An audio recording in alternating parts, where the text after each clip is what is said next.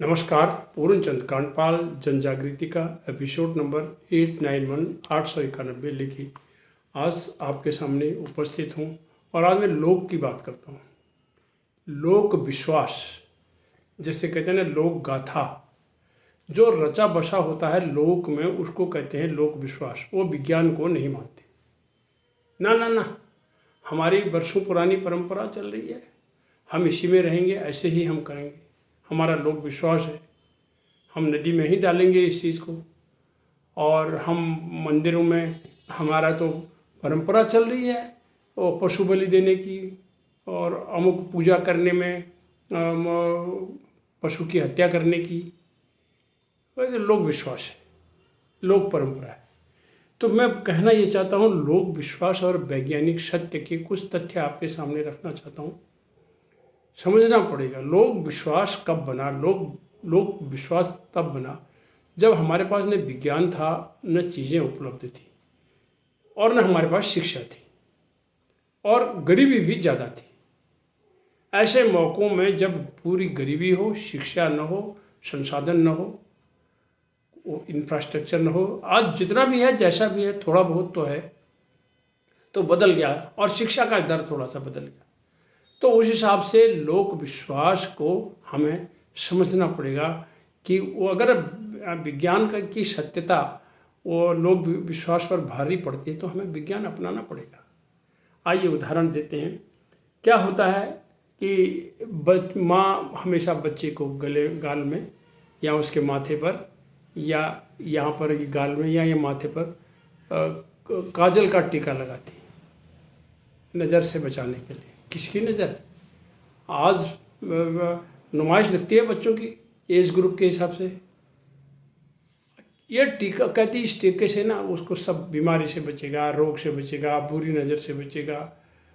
बस एक वर्ड आता है नज़र बट्टू, उस टाइप का काम।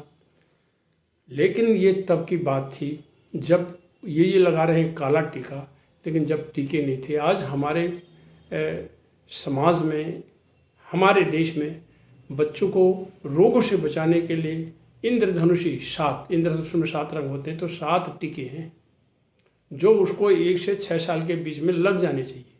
जिससे आरंभ होता है बीसीजी से, बीसीजी का टीका लगाया। उसके बाद बीसीजी के बाद लगते हैं उसको हेपेटाइटिस बी का है, ओरल पोलियो है, और डीपीटी है, मिजल्स का है, खतरा का है, एमएमआर का है, और भी कई टीके हैं वो लगाते हैं। और ये सरकारी अस्पतालों में मुफ्त में लगाए जाते हैं, कोई इसकी शुल्क नहीं ली जाती। प्राइवेट में ली जाती होंगी, लेकिन इसमें नहीं ली जाती। अब सवाल यह है, इन टीकों को लगाने से बच्चा स्वस्थ रहेगा।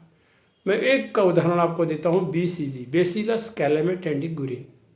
ये टीबी से बचाता है बच्चे को। ये बच्चे के जन्म से के 1-2 दिन के बाद या कुछ दिनों में ही ये लगा दिया जाता है। बाएं हाथ की डेल्टॉइड जगह मसल पर ये लगाया जाता है, और इसके टेक्नीशियन होते हैं, बहुत इसमें तकनीक चाहिए होती है इस टीकों को लगाने के लिए। वो लगा देते हैं और एक छोटा सा दाना जैसा बन जाता है कुछ दिनों में। अगर वो दाना बन गया तो समझो आपके बच्चे को फिर ट्यूबरकुलोसिस कभी नहीं होगा, क्योंकि उस टीके को लगाने से उसके बदन में रोग प्रतिरोधक शक्ति उत्पन्न हो जाती है टीबी से बचने की। और टीबी हमारे देश में बहुत बड़े खतरनाक बीमारी आज के दिन में भी बनी हुई है।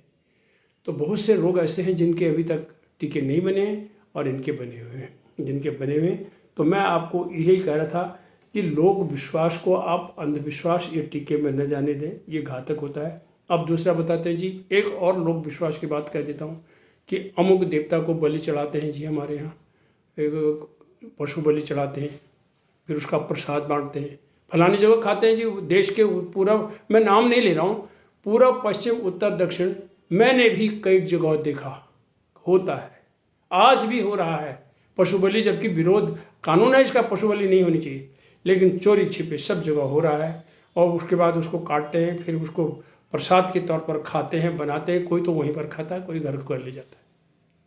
ये क्या है? ये लोक विश्वास में तो वो बैठा है, ये लोक में उसकी मान्यता है। लेकिन सच्चाई यही है क्या पशु बलि से हमारा देवता खुश होगा? क्या भगवान खुश होगा?